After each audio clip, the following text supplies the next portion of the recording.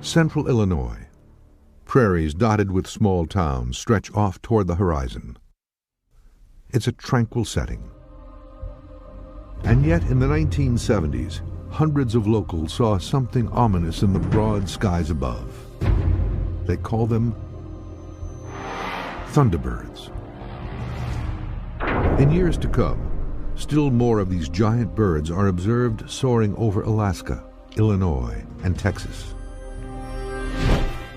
But what are they? 500 years before modern-day residents saw them, the ancient Indians who lived here had identified the creature in their legends and folklore.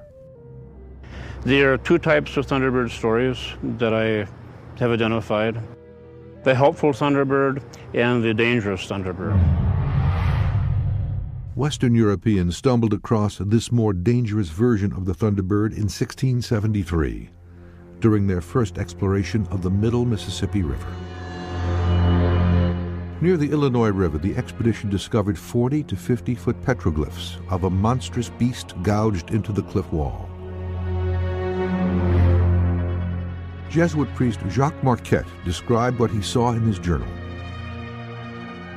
We saw two painted monsters, which at first made us afraid, and upon which the boldest savages dare not long rest their eyes. These birds were just absolutely jet black. Exceptionally strong hind limbs, very, very sharp talons. Let's say 8 feet tall, more or less, about 1/3 the size of a telephone pole. Their feathers would have been more like 5 feet long. I've never seen a bird that was quite this large. That's just scary. That's a real scary thought about seeing something else like that again. It's real scary.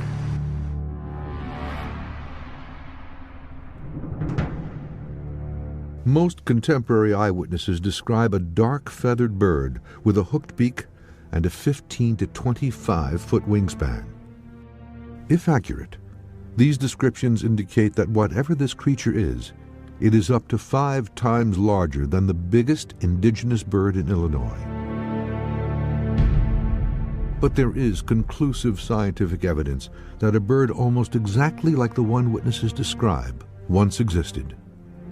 We have parts of the skull, we have parts of the legs, we have parts of the wing bones. It was so exceptional. In 1980, the partial skeleton of a teratorn, a giant ancient bird, was unearthed in La Pampa, Argentina. Paleontologist Kenneth Campbell, an expert on teratorns, flew to Argentina and identified the fossil. He called it Argentavis magnificens. In life, this bird would have been approximately this tall when standing on the ground, so it could have looked me right straight in the eye. Argentavis was 6 to 8 million years old. It weighed approximately 165 pounds and boasted a wingspan of 20 to 26 feet. Their feathers would have been more like 5 feet long. Like the beaks of eagles, condors, and other predatory birds, the long beaks of Argentavis and other teratorns are hooked. Most likely, these monsters could swallow prey the size of a small rabbit whole. Birds that are related to teratorns are the New World vultures, such as the condor, the turkey vulture, the black vulture. We know this because the bones are very similar to one another, although they have their own distinctive trademarks. And yet, teratorns dwarf these birds in size. This is the humerus, which is the bone, your upper arm bone, and this is the humerus of Argentavis compared with that of a living California condor. Argentavis wasn't the only winged giant. In 1972, the fossil of a pterosaur or flying reptile was found in Texas. It was named Quetzalcoatlus, after the feathered serpent Aztec god. With a wingspan of 40 feet, it was the largest flying reptile ever found. Experts say pterosaurs went extinct more than 65 million years ago. The last teratorn died more than 8 million years ago. But did they? Danville, Illinois, 1972. 17-year-old John Walker is hunting doves with a friend. It's a bright summer day, about noon. Suddenly, Walker is startled by a strange sound. It basically sounded as if there was an animal caught in a trap. Did you hear that? Yeah. And there was absolutely no mistaking what we saw. It was just basically soaring. It wasn't flapping its wings. Come on! If it was some small eagle or a hawk, I mean, we would not have been the least bit afraid. It was something like we'd never seen. Come on, man. The shoulder going from here down to where the tail feathers would normally be, I calculated it between 5 and 6 feet. It's gone. No one's gonna believe it anyway. Walker made this drawing of the creature he observed that day. The wing was very square, and the outer feathers of the bird at the very ends of the feathers were very scary looking, as I recall. Walker describes a massive bird, remarkably similar to the teratorn. It's not beyond the realm of possibility that some of these gigantic winged creatures may have evolved or adapted into our modern time. Cryptozoologist Ken Gerhard has researched the long history of giant bird sightings from the past and present. Gerhard has found hundreds of reports of these birds across the nation. Like Illinois and Alaska, Texas experienced a rash of sightings of giant birds in the 1970s. The peak years seem to be 1976 and the latter part of 1975, where in a span of about 3 weeks, dozens of people here in the valley reported seeing this gigantic winged creature. Gerhard and other cryptozoologists believe that the sheer number of bird sightings indicate there is a modern-day species of giant bird out there. But the scientific community is not so sure. What greater cap could an ornithologist have in his career than to say, I discovered and described one of these creatures? It would be the Holy Grail, and yet it isn't happening. Dr. Pat Rettig studies birds of prey, or raptors. This designation includes today's eagles, condors, and vultures. But as much as he might like to discover a living missing link between the extinct teratorn and today's raptors, Rettig is skeptical. I would need to see either a live bird in hand or the carcass of a dead bird. So far, no one has found either, despite hundreds of alleged giant bird sightings. But in 1977, a man who claimed to have seen one of these monsters also captured it on film. Could this piece of decades-old silent film be the proof that scientists like Rettig need? Lake Shelbyville, Illinois, 1977.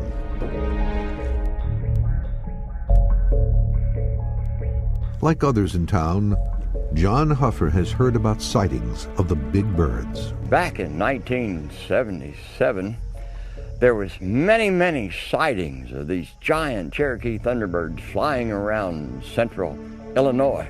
Every newspaper, every television station was trying to get pictures of these two giant birds. Huffer is a stringer for the local CBS affiliate, so he has a camera. And because he is part Cherokee, he thinks he has a better shot than most at tracking the animal. As we came up on a bay close to the railroad bridge near Point 6 on Lake Shelbyville, I looked in the back of the bay, and there was a big old dead snag of a tree, and there was these two huge birds at 10 o'clock in the morning roosted there. These birds were just absolutely jet black. They had huge necks, and their heads were like old cracked leather. They were clacking to each other with their beaks as they were taking off, and then they flew around and circled over us as I was shooting footage. After the birds fly off, Huffer returns to the TV station. They air his footage, and it is instantly controversial.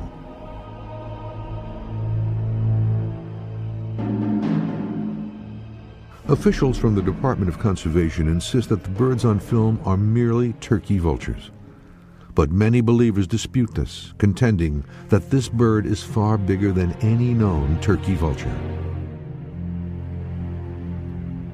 Now, 30 years later, these scientists will review the footage and try to answer the question: is this bird the missing link to the Teratorn, or something else entirely? I'm intrigued, I would have to say. I'm impressed. I can't explain. I have no idea what this bird actually is.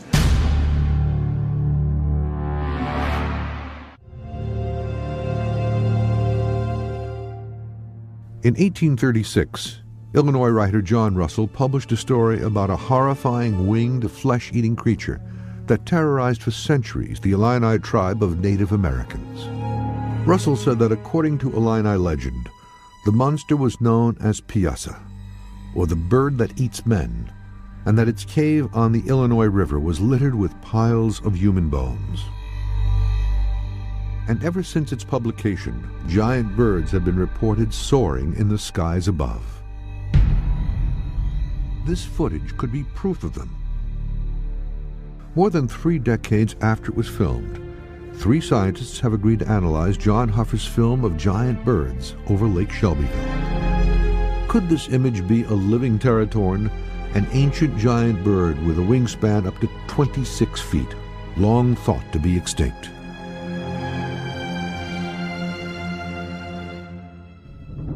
Dr. Mike Wallace at the Zoological Society of San Diego has been studying endangered California condors for over 29 years.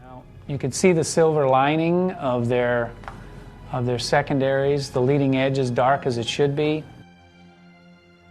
There's just no doubt it's a turkey vulture. Dr. David Hancock is a historian and eagle biologist at the Hancock Wildlife Research Center. There's a shot of a turkey vulture soaring.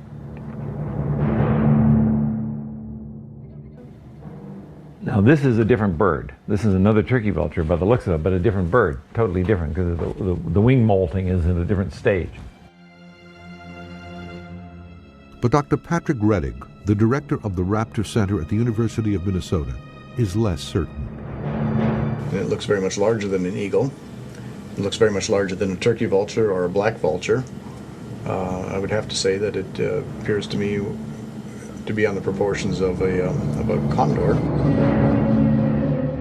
We have to acknowledge that a very large and exceptionally large undescribed bird was captured on this film. Even among experts, there is no consensus.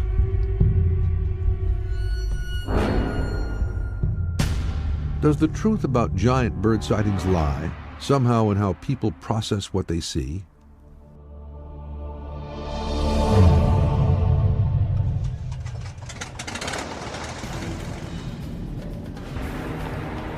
October 16, 2002. The skies over Manicotuck, Alaska. Southeastern Alaska has been flooded with reports of creature sightings. The press has dubbed them super-sized birds. That bird was at least about 1,200 feet up in the air, and those ravens look so tiny up there flying around it. The length of a, Super Cup small plane. Commercial pilot John Bucher has heard these reports and is skeptical. But when he looks out the window of his Cessna 207, 600 feet above the ground, he sees something he's never seen before flying alongside his plane. It caught my attention because it was quite a bit bigger than a regular eagle I've ever seen, and it wasn't a bald eagle, I know that. And I noticed the bird was bronze colored in appearance, and he had a beak that kind of had a curve to it. It's kind of a hook. Bucher claims the bird's wingspan was similar to his Cessna 207, approximately 14 feet. One wingtip would be out to the end of the wing, and the other wingtip would be to the root of the wing. Critics say that what Bucher saw was most likely a Steller sea eagle, which can have wingspans of up to 8 feet. Although indigenous to Asia, stellar eagles have been spotted in Alaska. But according to Bucher, it wasn't a stellar. I don't think it was a stellar. It was too big to be a stellar. Flying at an altitude of 600 feet, Bucher estimates the bird he saw was 500 feet away.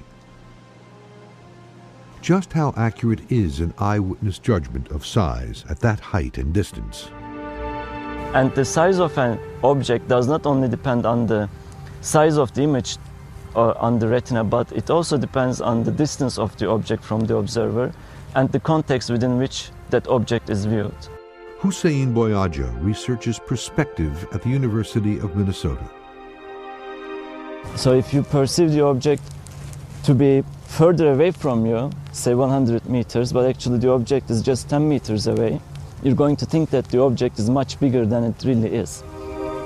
This means that if Bucher was wrong about the distance, if the bird he saw was not 500 feet away, but 100, he is likely to have overestimated its size.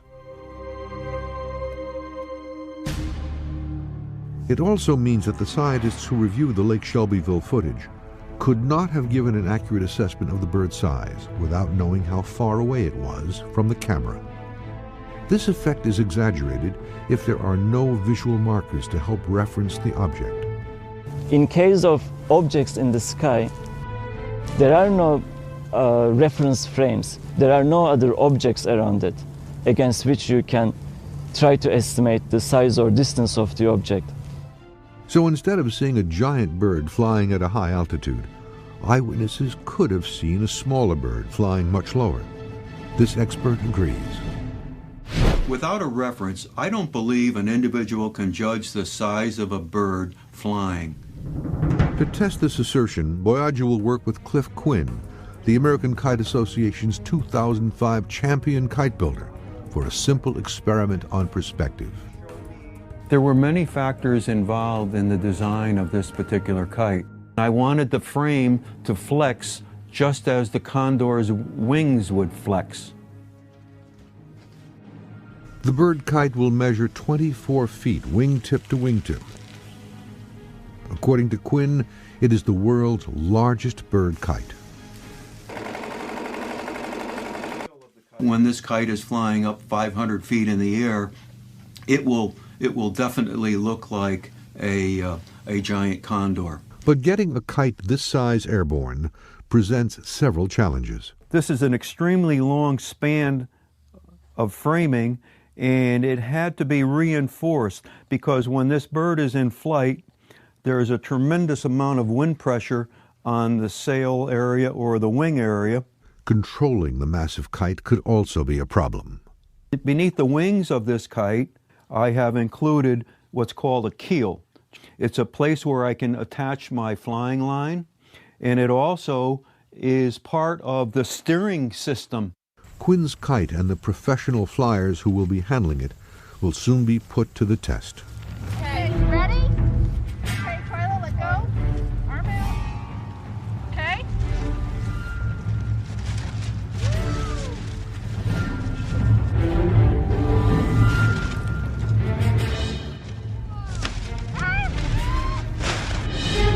That nose got bent back. After several attempts to get the enormous kite in the air, it is finally flying. Soaring 300 feet above a small lake, with nothing nearby as a solid reference point. Passers-by are stopped and asked if they can judge the size of the kite from wingtip to wingtip. 18 feet. That bird's at least 100 feet wide. I thought for sure that it was a very, very large eagle. I was guessing between 30 and 35 feet. And I'm going with 27.5 feet, which I'm pretty sure is the right guess. After polling more than a dozen people, Boyaja and Quinn have proven one thing. On this day, nobody was able to accurately judge the size of the kite. The demonstration shows that people have trouble judging size from a distance without points of reference. But what if eyewitnesses see a giant bird and visual markers they can compare it against? 1995, Brownsville, Texas, 4:30 a.m. Guadalupe Cantu was delivering newspapers. Suddenly, his brother-in-law tells him to stop. Perched on a telephone pole just off the road in front of their car sits a giant bird. I saw really like a giant ancient vulture or eagle, some predator bird. Most of it was black. It looked like it had stooped up shoulders, real high. I saw it turning this way, and it had a curved beak. Because the bird is sitting on the pole, Guadalupe believes he can make an approximate estimate of the creature's size. And this bird stood about 8 feet tall, more or less, about 1/3 the size of a telephone pole. They had an enormous wingspan, anywhere from 15 to 25 feet. You take like a condor or the eagles that you see in flight, this bird's about 5 times bigger than that. Guadalupe Cantu identified a bird that most closely resembles the extinct teratorn. And if Cantu's sighting isn't easily explained away using perspective, the case of a small boy in Lawndale, Illinois is even more perplexing. It had a 15-foot wingspan on it. I mean, it was huge. Although they can look fearsome, Native American thunderbirds are generally considered to be benevolent spirits. Images of them have adorned everything from ceremonial clothing to grave sites. You have these Indian mounds, effigy mounds around. A lot of them are in the shape of falcons, and some people say those falcons represent the thunder beings. But the oral histories of some tribes, such as the Hichiti in modern-day Georgia and the Kwakiutl in British Columbia, included menacing corporeal giant birds that snatched and ate humans. And native tribes in South America also spoke of giant flying man-eaters.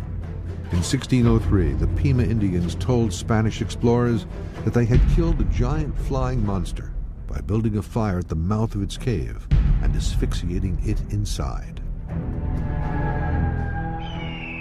The bones of another giant flying monster, similarly killed, were said to have been found by General Don Hernando Cortez during the pacification of Mexico and sent to Spain.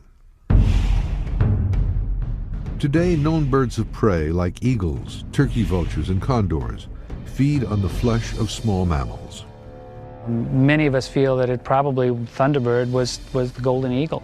It was a very, very powerful animal, and there's lots of other legends around it. Possibly the California condor was the Thunderbird.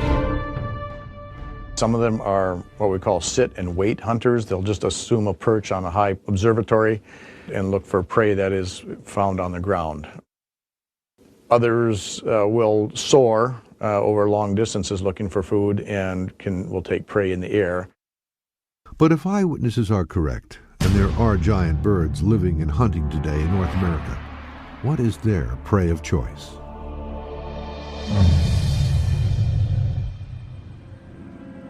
Lawndale, Illinois, July 25th, 1977. 1003, 1004, 1005, 1000. I was in my backyard one day playing hide and seek with a couple friends of mine, Willie and Travis. Marlon Lowe is 10 years old and weighs about 60 pounds. 5, 1006, 1007, 1008, 1009, 1010. Ready or not, here I come. And I run around the house. Suddenly, something descends upon him from above. Something just swooped down and grabbed me. I didn't hear it, didn't smell it, didn't see nothing coming. So I looked up and I seen a big old bird. According to Lowe, the bird uses its long, curved talons to grasp the sleeves of his tank top and lift him at least a foot into the air. Marlon's mother, Ruth, sees the attack from the house.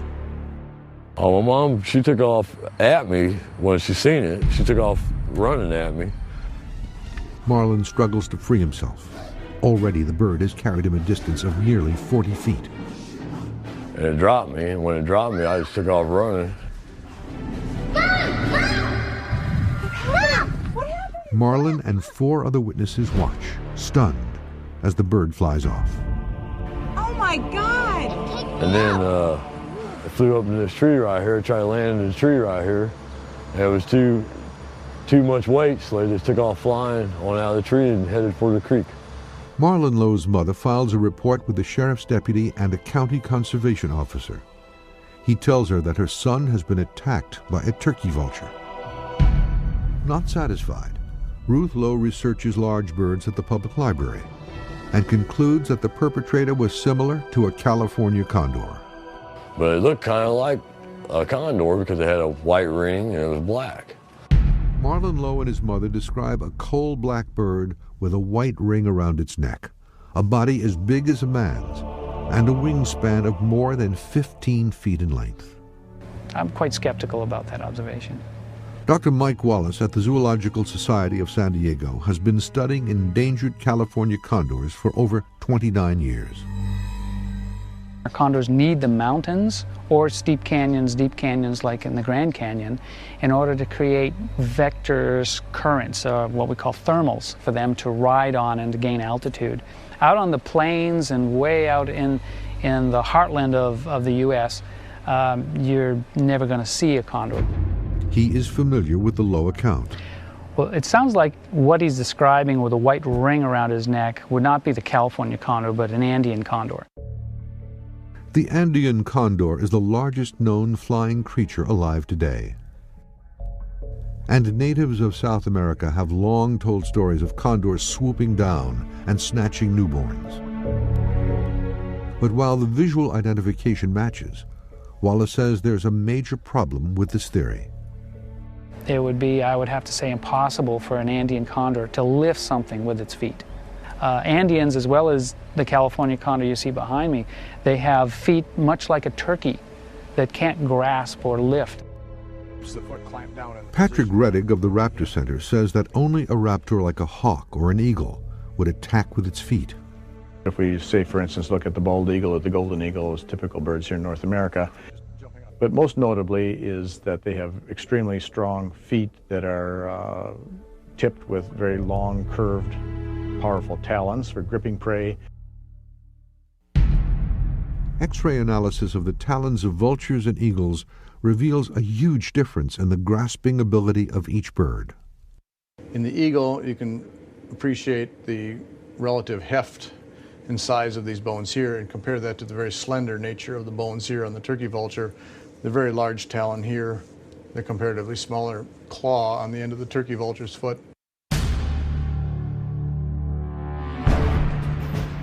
While a raptor, like an eagle, can lift its prey, that's not the same thing as lifting a 10-year-old child. For an eagle to be able to carry, say, an 8-pound cat, that eagle would probably have to weigh on the order of 16, 18, 20 pounds. And so it would take a very large eagle, among the largest eagles that we know exist in North America, even to be able to carry a cat. Another issue. According to these experts, it is exceptionally rare for raptors to attack humans. The only circumstance that I could imagine an eagle actually attacking a human being is that that eagle was raised by people. What we call imprinted on the wrong species. It's so comfortable with humans that it could be very upset. But this scientist says there is one species of raptor that has been known to attack primates. When they make a kill, the kill usually takes place very quickly. There's a very, very vicious strike that a raptor comes down, hits the animal very suddenly, very violently. Scott McGraw is Associate Professor of Anthropology and Primatology at Ohio State University. In 1998, he traveled to Africa to the Thai rainforest of the Ivory Coast. Here he studied more than 600 bones from modern-day monkeys, collected from underneath the nests of African crowned eagles. His conclusion, that these eagles prey regularly on small primates. And if that's true, it's reasonable to expect that early hominids were also pursued by large raptors 3 to 5 million years ago. With its taste for primate flesh, could the crowned eagle have been the bird that attacked Marlon Lowe? Based upon what I've heard, I know that they are capable of killing at least small humans. In recent decades, North America has been captivated and baffled by stories of giant bird sightings. But man's fascination with these creatures, whether real or mythic, is nothing new.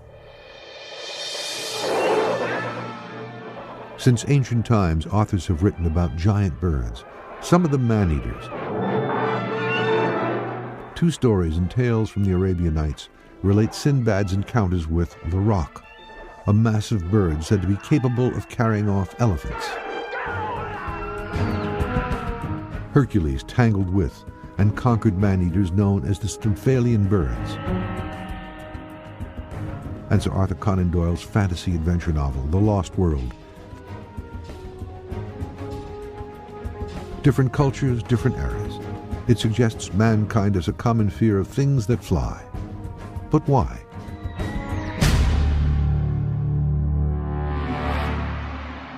Dr. Greg Bambinek is a psychiatrist and wildlife biologist.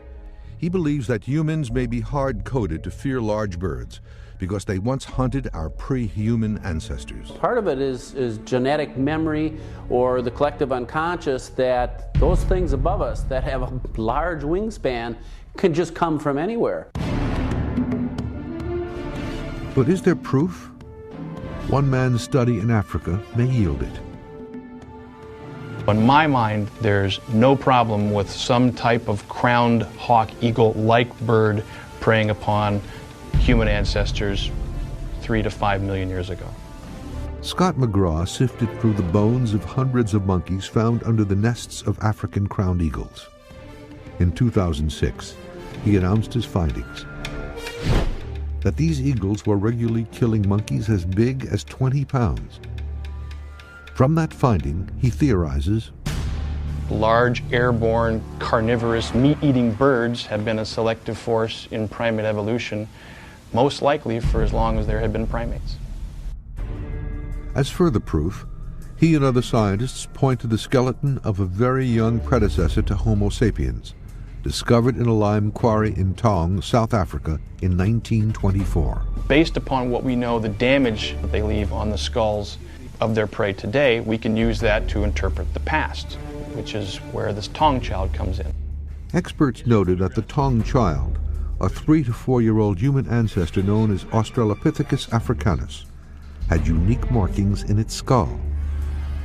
For decades, these holes were interpreted as proof that the child was killed by a leopard or saber-toothed cat. But in January of 2006, paleoanthropologists announced that the Taung child had been killed by a single blow, a 14-centimeter-long talon that pierced the brain. The evidence? Small punctures and keyhole slots inside the eye sockets had been created when the eagle used its beak to eat out the child's eyes and brain. Modern African crowned eagles are known to attack primates weighing as much as 24 pounds, at least as much as the Taung child. And markings in the eye sockets of the Taung child are identical to markings Scott McGraw found in monkey skulls he examined. These are photographs of the original Taung fossil. The outline here shows the broken edge of the orbital floor in the Taung fossil. And this is the broken edge of the orbital floor in a monkey from the Thai forest. We know this was killed by a crowned eagle. Based upon the similarity in damage, we believe that the Taung child was killed by either a crowned eagle or something very similar. But do crowned eagles hunt modern man? There are reports from various localities in Africa that crowned eagles have preyed upon humans. There are reports in East Africa. I think a 7-year-old child was nearly killed in Zambia. There is a story that a juvenile human skull was found in a nest of a crowned eagle in Zimbabwe. I believe these individuals were believed to have weighed something around 15 or 20 pounds. A raptor attack is a particularly gruesome way to meet one's end. A raptor comes down, hits the animal very suddenly, very violently. The chest cavity and the abdominal cavity are opened up quickly and the organs are ripped out. And the eyes and face are processed as well.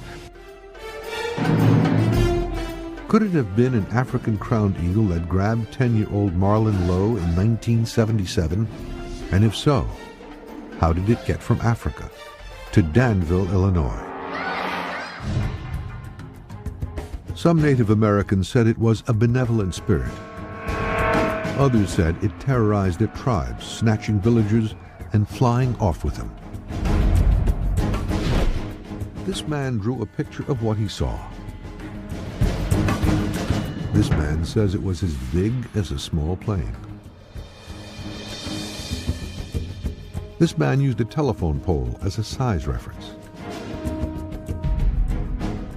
And this man, Marlon Lowe, says that when he was 10 years old, a giant bird plucked him from the ground and tried to fly off with him. It had a 15-foot wingspan on it. I mean, it was huge.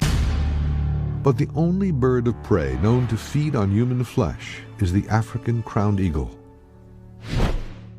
Could this raptor have attacked Marlon Lowe in Illinois in 1977? I'm HDN meteorologist Dr. Joe Sobel. Dr. Joe Sobel is a forensic meteorologist who studies the impact of weather systems. He says birds often follow the rising currents of air just ahead of thunderstorms. Well, thunderstorms, of course, are the result of rapidly rising air currents. Birds will catch that rising current of air and travel along with the thunderstorm. Sobel thinks the Native American thunderbird legend may have come from this behavior. Year after year and episode after episode, the birds would be seen flying the updrafts in front of a thunderstorm, and then following that would come the thunder and the lightning and the wind and the rain. Sobel says storms have been known to alter the flight paths of migratory birds.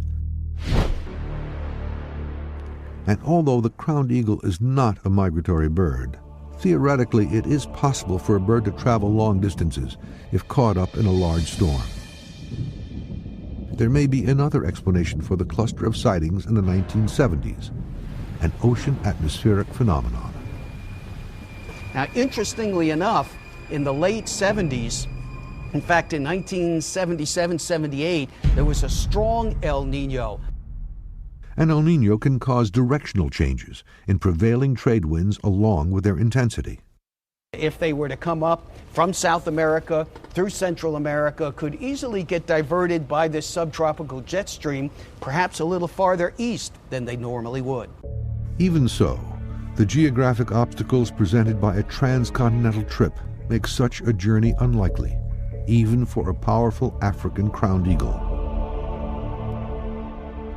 And according to Scott McGraw, even if that bird did manage to find itself in Illinois, it's extremely unlikely that Marlon Lowe was snatched up by one. The eagle tends to rip the limbs off what's left of the monkey and sort of cache pieces up in the trees and take pieces, drumsticks if you will, back to the nest sort of piecemeal. So this notion of a large raptor sort of carrying an intact primate, a heavy primate, back to the nest simply isn't true. According to experts, eagles can only carry about half their body weight. In order for a bird to pick up and carry a 65-pound boy, it would certainly have to be a very large bird. So we're talking 150, 160-pound bird. According to Marlon Lowe's description, that is what he saw, a massive bird the size of a man with at least a 15-foot wingspan. It looked like a condor, but behaved like a raptor. But no living bird has been identified that fits this description.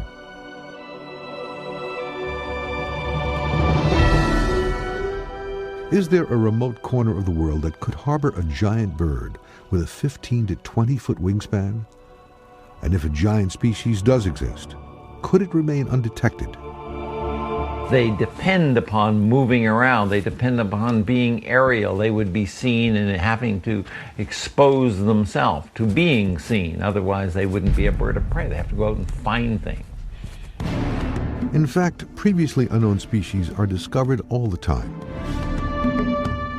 In 2002, several new primate species were discovered in the Amazon rainforest. And in 2004, a new bird species was discovered on one of the Philippine Islands. Also, experts concede that however unlikely, it is possible that a single freak aberration of a known species may exist somewhere. Every once in a while, there'll be some genetic problem, a mutation of some kind that will trigger something that an individual creature will get huge. I mean, there are several huge people, there are several huge steers, and that happens on occasion. So giganticism among individuals is rare, but it does on occasion happen. So, what happened to Marlon Lowe? The odds are against the existence of a previously unknown species or a single freak of nature. Instead, the most likely explanation is that Lowe was knocked off his feet by a known bird, probably a large raptor. 70 pounds is far past the carrying capacity of any North American bird. That does not mean it couldn't jump and move an object that was 40 or 50 pounds. Many a bird could move an object that is 40 or 50 pounds. Doesn't mean it can lift it, however. Up close, a raptor's 5 to 7 foot wingspan, combined with grabbing talons, would have been powerful and frightening.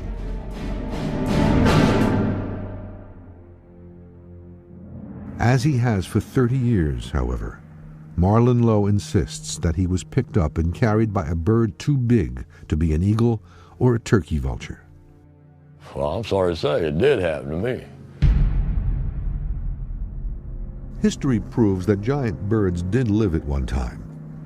The sheer number of contemporary sightings indicates that people have seen, or believe they have seen, something ominous in the skies above.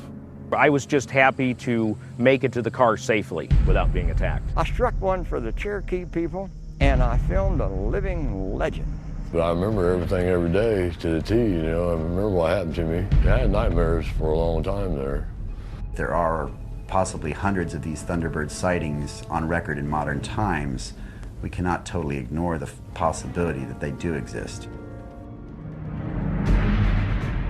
But at this time, science does not support the probability that giant birds exist in the modern world. To find a new species in the heartland of the United States is pretty improbable. That would be very exciting, to notice something that isn't in the guidebooks. Until there is hard evidence, native storyteller Duke Addix suggests this. So there's all kinds of stuff we believe in that doesn't have any scientific proof behind it. Why not monsters? Why not thunderbirds? Why not the incredible?